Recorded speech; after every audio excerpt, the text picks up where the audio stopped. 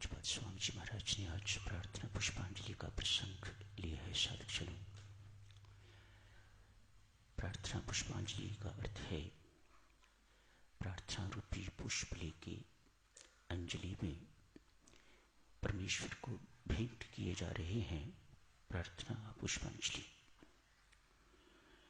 स्वामी जी महाराज ने आज का प्रसंग वंदना से शुरू किया है। स्वामी जी महाराज समझा रहे हैं, जब भी प्रार्थना के लिए बैठो परमेश्वर को चरण वंदना करके बैठो, कोटिशः प्रणाम करके बैठो। आज साधक जन सभी साधक परमेश्वर को अपने अंग संग मान के भीतर विराजमान परमात्मा को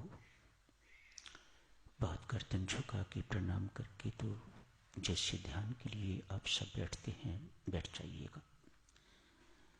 करें झुक के प्रणाम सब परमेश्वर को। बैठ जाएं सीधे होके, पीठ सीधी रखें, आंख बंद करें।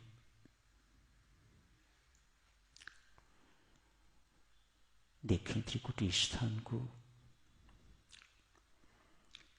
महसूस करें वह परब्रह्म परमात्मा, वह सर्वशक्तिमान सर्वज्ञ सर्वसमर्थ परमात्मा, सबसे महान मेरे सामने विराजमान है। मैं उनके श्री चरणों में बैठा हुआ अपने हृदय के उद्गार प्रकट कर रहा हूं। तुलना करो, कहाँ वह महानतम और कहाँ मैं लघुतम, ऐसा महसूस करो। हर साधक को, साधक जनों, प्रार्थना अपनी साधना का अंग बनाना चाहिए, क्योंकि ये भक्ति का एक प्रमुख अंग है प्रार्थना।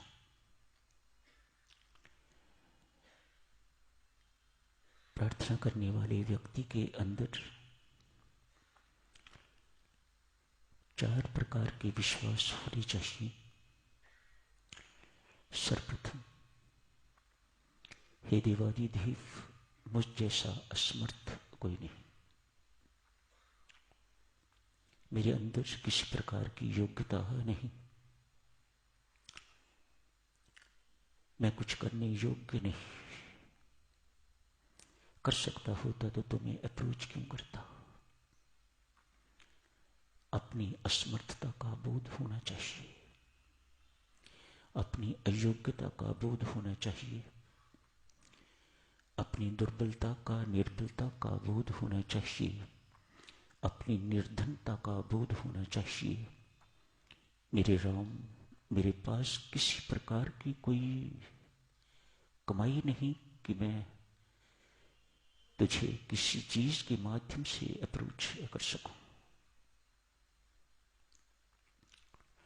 अपनी असमर्थता का बोध होना चाहिए और परमात्मा की सर्वसमर्थता का बोध होना चाहिए। तो सर्वज्ञ है, सर्वशक्तिमान है, सर्वसमर्थ है। असंभव को संभव कर सकना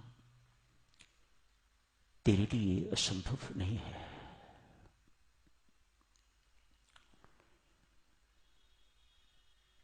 प्रार्थना करने वाला साधक प्रार्थना करते हुए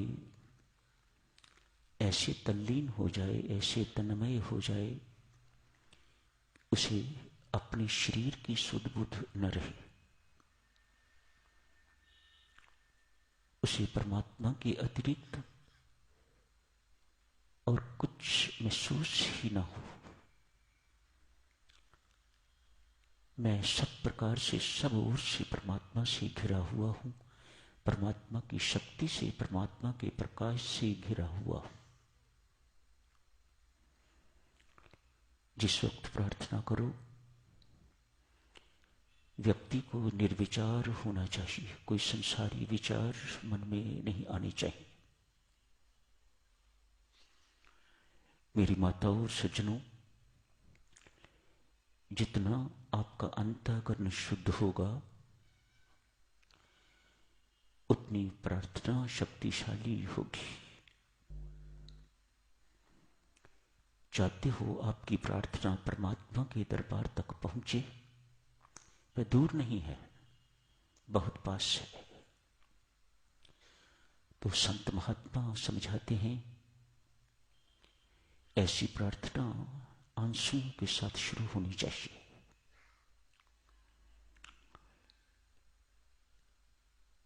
शब्दों की प्रार्थना, भाषा की प्रार्थना में तो देश और काल अनेक प्रकार की विघ्न बाधाएं हैं। आंसुओं की प्रार्थना में कोई विघ्न बाधा नहीं है। इधर आप रोते हो तो उधर वह रोता है। इतनी शक्तिशाली प्रार्थना जो हृदय से निकलती है।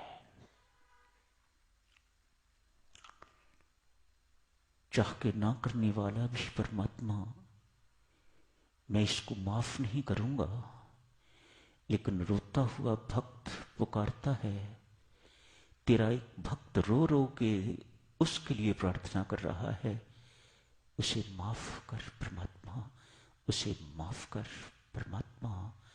माफी दिए बिना रह नहीं सकता। आपके आंसुओं की बहुत कदर करता है परमात्मा। पुनः अर्ज करूंगा, इधर आप रोते हो तो उधर वह रोता है।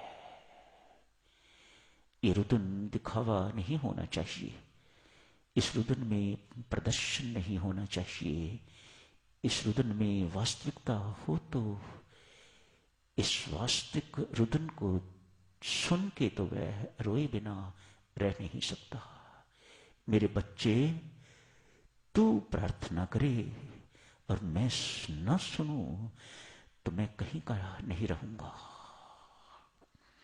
मेरी महानता, मेरा बड़प्पन, मेरी दयालुता, मेरी कृपालता तेरे कारण। ऐसे शब्द प्रयोग करके तो वह अपने पुत्र प्रिय भक्त अपने सेवादार के सिर पर हाथ फेरता है। तू रोया मत कर, जो तू कहेगा मैं क्या करूंगा, तू रो मत। तेरा रोना मेरे से देखा नहीं जाता। ये परमात्मा के शब्द मानिएगा। आज सारे जन सब बैठे हुए हो परमेश्वर के दरबार में।